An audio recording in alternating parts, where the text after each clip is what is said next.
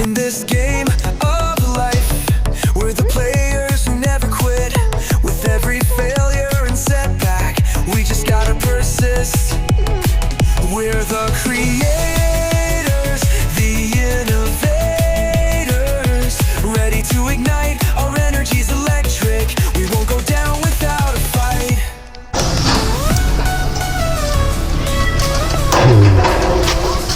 Tayo. Morning po. Morning, kaya Wala na pong pasang mga element. yung grade 1 meron pero ano lang, wala kang ginagawa. Yung papasok lang, hindi naman din pinipili. Magandang araw morning. mga Kadoers TV. Welcome back to my channel today. I want to take you through what my typical weekdays looks like. A routine that's all about being a reliable bridge between our students' homes and their school here in Dasmariñas, Cavite, Langkaan. Bumangon na po ako ng alas 4 ng umaga. Mas maaga pa kaysa karaniwang oras ng pagising ng mga bata.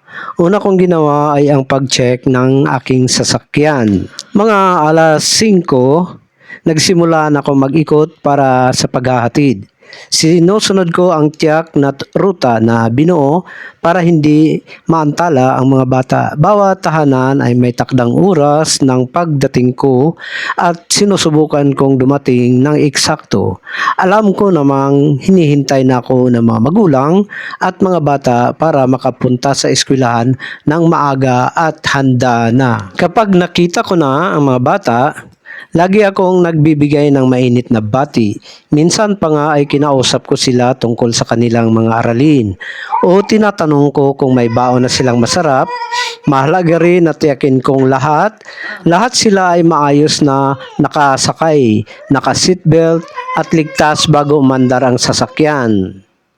Pagdating sa eskwelahan, hinihintay ko silang lahat makapasok ng maayos at makita ko silang nakikipag-usap sa kanilang mga kaklase. Bago ako malis, lagi akong nagpapaalam at nagsasabing ingat kayo sa klase. Parang isang pangalawang magulang lang po. At sa tanghali po naman, pagkatapos kong magkaroon ng maikling pahinga at merienda, naghahanda na ako para sa kanila at sila ay susunduin. Bumababa ako sa eskwelahan ng bago matapos ang klase para hindi sila maghintay ng matagal sa init o sa ulan. Kapag lumabas na ang mga bata, napakasaya nilang nagkwentuhan tungkol sa nangyari sa kanilang araw. Kung nanalo sila sa palaro, kung may bagong aralin silang natutunan, minsan pa nga ay nagkukwento sila tungkol sa kanilang mga kaibigan at pamilya. Sa oras na ito, nararamdaman ko na hindi na ako naghahatid sa bahay, kundi isa rin akong tao na pwedeng nilang pagkukunan ng saya at suporta. Habang bumabiyahe pa uwi, tinitiyak ko ulit na ligtas ang lahat. Sinusunod ko rin ang ruta para makauwi sila ng maaga at makasama na ng kanilang pamilya.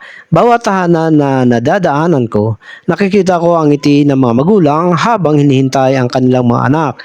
At yun po ang pinakamalaking gantimpala para sa akin. Kapag huling bata na ang ihahatid ko pa uwi, huminga ako ng maluwag at nakangiti. Alam kong tapos na ang aking trabaho para sa araw na iyon. Ngunit alam ko rin na bukas ay uulitin ko ulit ito dahil ito ang aking tungkulin at ito ang paraan ko para makatulong sa mga pamilya dito sa aming komunidad at para sa akin din. Mga Kadoers TV, mga kaibigan, ipahintulot na mag-share ulit tayo ng mga Bible verses. Here are the Bible verses related to children's education and its importance along with their connections to schooling. Verses on the value of learning and wisdom from Proverbs 1:7. The fear of the Lord is the beginning of knowledge, but fools despise wisdom and discipline.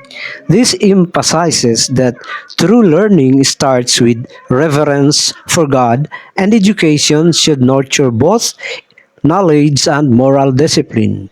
Core goals of schooling. At yung galing naman sa Proverbs 2:1-5, My son, if you accept my words and hide my commandments within you, if you decline your fear to wisdom and direct your heart to understanding, if you truly call out to insight and lift your voice to understanding, if you seek it like silver and search it out like hidden treasure, then you will discern the fear of the Lord and discover the knowledge of God. It encourages active pursuit of learning, just as students strive to gain knowledge in school.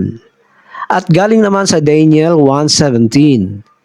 To these four young men God gave knowledge and understanding to all kinds of literature and learning. And Daniel could understand visions and dreams of all winds. This shows that God can bless and equip children with the ability to excel in various areas of studies. At mga verses on the responsibility to educate children from Proverbs 22:6. Train up a child in the way they should go, and when he is old, he will not turn from it. School, together with family, plays a key role in guiding children towards a righteous and purposeful path. Mula sa Ephesians 6:4, Fathers, do not exasperate your children. Instead, bring them up in the training and instruction of the Lord. This incites that education should be nurturing and grounded in godly principles, which includes schools can support by creating a positive value based on environment. At galing naman sa Deuteronomy 6:6-7, these words I am commanding you today are to be upon your hearts, and you shall teach them diligently to your children, and speak of them when you sit at home, and when you walk along the road, when you lie down, and when you get up.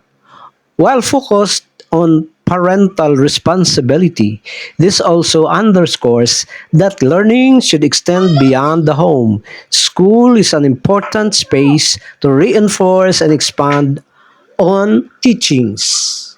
Ito naman mga verse on the purpose of education mula sa 2 Timothy 3:16 hanggang 17. All scriptures is God-breathed and is useful for instruction, for conviction, for correction, and for training in righteousness, so that the man of God may be complete, fully equipped for every good work. Education, including biblical instruction, prepares children to live meaningful lives and contribute positively to society. Mula naman sa Matthew 5:13 hanggang 14, You are the salt of the earth. You are the light of the world. School helps children to develop the knowledge and character to be positive influences in their communities, fulfilling this call. At mga Kadoers TV at mga kaibigan, here are some famous sayings about individuals and education from well-known figures, along with brief explanation of their relevance to personal growth and learning. Quotes on the value of education for the individual. Education is the most powerful weapon which you can use to change the world. From Nelson Mandela. Education empowers individuals to gain knowledge, challenge injustice, and drive positive change in their communities and beyond. An investment in knowledge pays the best interest. From Benjamin Franklin. Time and effort spent learning yield lifelong returns, enhancing personal opportunities, decision making, and growth. The roots of education are bitter, but the fruits is sweet. From Aristotle. While learning may involve hard work and disciplines, its long-term benefits such as wisdom, success, and self-fulfillment are invaluable. Education is the passport to the future, for tomorrow belongs to those who prepare for it today. From Malcolm X. Education equips individual with the skill and foresight to build a better life and thrive in an evolving world. The beautiful thing about learning is that no one can take it away from you. From B.B. King. Knowledge becomes a permanent part of a person's identity, offering lasting strength and security regardless of circumstances. At mga quotes naman on how education shapes the individual. Education is not preparation for life. Education is life itself. From John Dewey. Learning is a continuous process that happens throughout life, not just in school, and it shapes how we experience and engage with the world. The only person who is educated is the one who has learned how to learn and change. From Carl Rogers. True education teaches individual to adapt, grow, and seek knowledge independently rather than just memorizing facts. Educate the mind without educating the heart is no education at all. From Aristotle. A well-known rounded education nurtures both intellectual and moral development, helping individuals become compassionate, responsible members of society. The mind is not a vessel to be filled, but a fire to be kindled. From Plutarch. Education should inspire curiosity and creativity, encouraging individuals to think critically rather than simply absorbing information. Live as if you were to die tomorrow. Learn as if you were to live forever. From Mahatma Gandhi. This emphasizes the urgency and importance of lifelong learning, encouraging individuals to embrace every opportunity to grow and improve. Mga quotes naman on personal responsibility in learning. Teachers open the door, but you must enter by yourself. From Chinese proverb.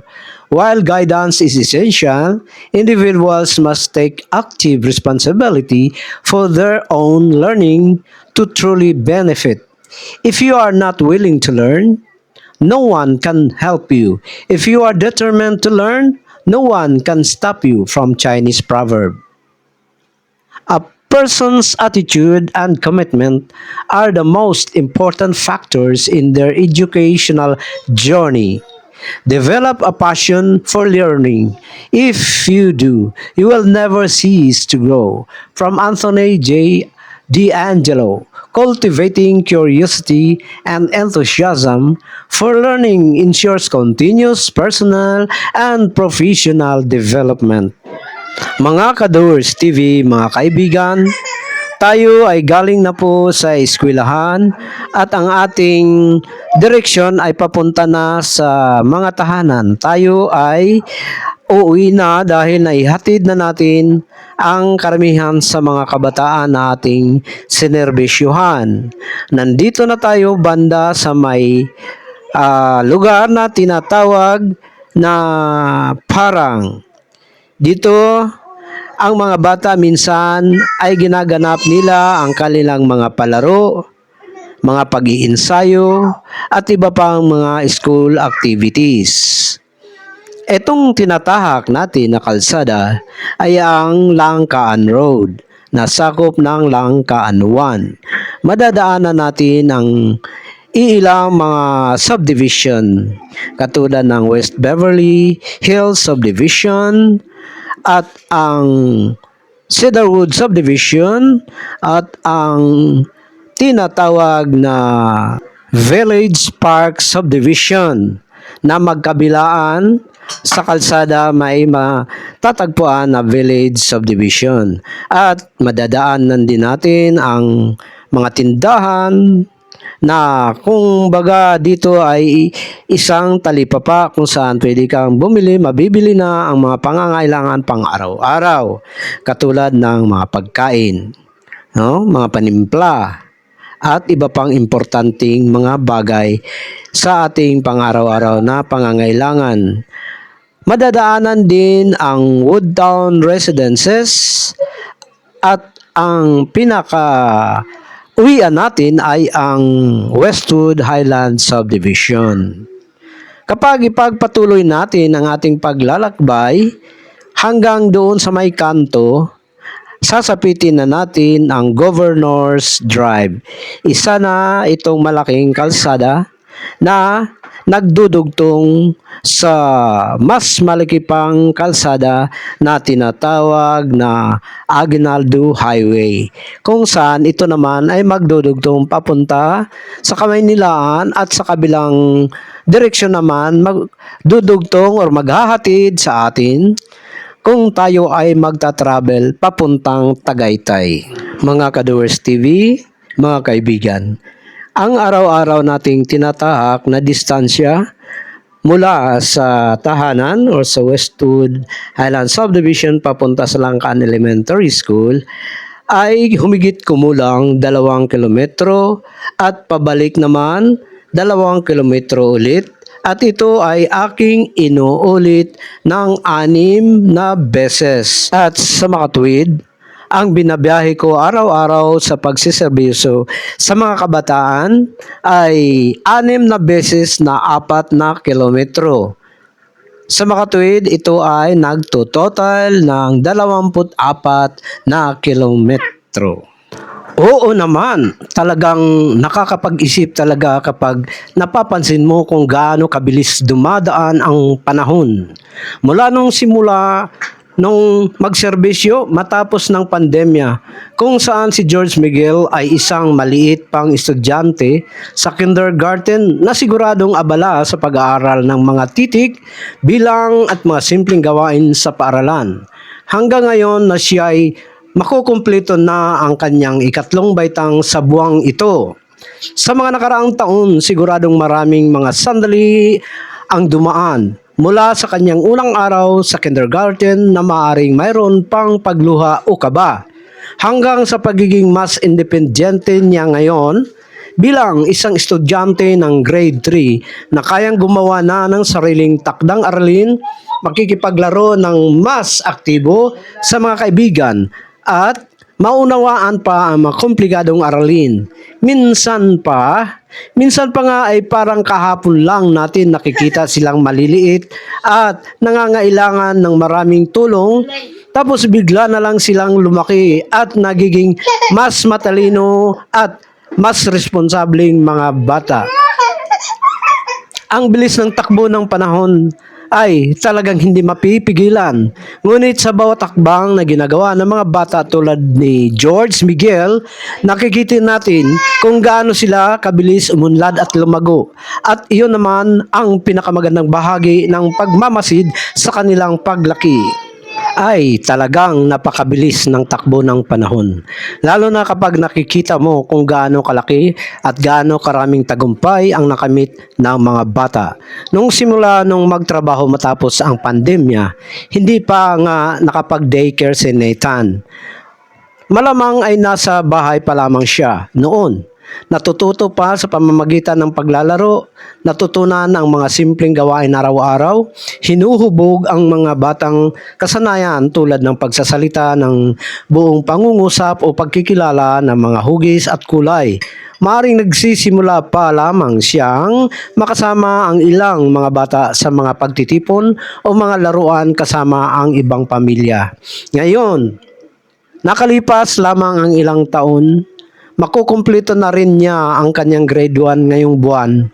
Isipin mo na lang ang lahat na mayugto ng kanyang narating mula sa kanyang unang araw sa daycare, kung saan malamang na natutunan niyang magbahagi ng mga laruan, sundin ng mga tuntunin sa silid-aralan at umawit ng mga kantang pambata hanggang sa paglipat niya sa kindergarten at sa huli ay sa grade 1 kung saan natutunan na niyang bumasa ng mga simpleng aklat, nagsagot o sumagot ng mga basic na problem sa matematika, sumulat ng sarili niyang mga pangungusap at nakikipagkaibigan ng tunay sa kanyang mga kaklase. Mula sa isang maliit na bata na nangangailangan ng patuloy na gabay, naging isang batang estudyante na siya ngayon na kayang gumawa ng mga maliliit na responsibilidad at malinaw na may parating ang kanyang mga iniisip at ideya. Hindi ka paniwalang kung gaano kadaling natutunan at umunlad ang mga bata sa maikling panahon. Bawat hakbang mula sa kanyang unang pagkakalapit sa strukturang pang-aaral labas ng tahanan hanggang sa pagtatapos niya ngayon ng kanyang unang buong taon sa paaralang elementarya ay nagpapakita kung gaano sila kabilis na umuunlad kapag binigyan sila ng tamang suporta at papuri. Nagpapasaya na ba sa inyo ang pagtatapos ni Nathan sa grade 1 kasama na rin ang tagumpay ni George Miguel ngayong buwan na ito? Talagang napakapayak ng puso kapag isipin mo ang lahat ng mga batang ito. Sina Fritz, si Ron, si Liam, si Claire, si Keyo, si Annie, si Blessime, Khalil, Junaya, si Brian, si Zed, si Yanis, Abigail, pati na rin sina Alexandria at Alexandrine ang napakakagiyot na kambal, kasama ang iba pang mga estudyante sa ating pangkat. Noong simula pa lang, iba-iba ang kanilang mga yugto sa buhay. Ang ilan ay nagsisimula pa lamang sa pagkikilala sa kanilang pangalan. Ang iba naman ay natututo ng maglaro ng sama-sama habang ang kambal na si Alexandria at si Alexandrine ay laging magkasama, nagtutulungan at nagbibigayan ng lakas sa isa't isa. Sa paglipas ng mga taon, nakikita natin kung gaano sila nagbago ng husto. Mula sa mga maliliit na mga bata na nangangailangan ng maraming pangangalaga hanggang sa mga estudyante ngayon ay may sariling mga pangarap, hilig at kakayanan. Ang bawat isa ay may kanya-kanyang paraan ng pag-aaral at pagpapakita ng kanilang talino. Ang ilan ay mahusay sa pagguhit at sining. Ang iba naman ay masigasig sa pagbabasa o sa mga laro na nakakapagpalakas ng isip. Habang ang magkambal ay nagpapakita ng espesyal na ugnayan na nagpapadali para sa kanila na matuto at umunlad ng magkasama. Ang lahat ng kanila ay puno ng pag-asa at potensyal para sa hinaharap. Bawat ngiti nila, bawat tagumpay na kanilang nakakamit mula sa pagkatuto ng bagong salita hanggang sa pagwawagi sa mga palaro o mga pagkumpleto ng kanilang baitang ay patunay na may malaking kinabukasan na naghihintay sa kanila. Ang ating pangkat ay tunay na isang grupo ng mga batang puno ng sigla, pag-ibig sa pag-aaral at pangarap na makapagbago hindi lamang sa kanilang sariling buhay kundi pati na rin sa kanilang pamilya at komunidad. Masasabi mo ba kung ano ang mga hilig o pangarap ng ilan sa mga batang ito, lalo na ang magkambal na Alexandria at Alexandrine? Ay talaga namang walang katapusan ng mga kwentong maaari nating sabihin tungkol sa mga batang ito. Sila ay tunay na isang grupo na nagdudulot ng saya at pag-asa sa ating lahat. Si Fritz ay laging masigla at handang tumulong sa mga kaklase niya. Kapag may mga hindi nakakaintindi ng aralin, siya agad ang nandyan para magbigay ng payo o magturo ng paraan para maintindihan ito. Si Ron naman ay mahusay sa mga larong pang-iisip at mahilig magbasa ng mga kwento tungkol sa mga bayani at pangyayari sa kasaysayan. Palagi siyang may kwento na ibabahagi sa klase. Si Arnie ay isa ring little artist sa grupo.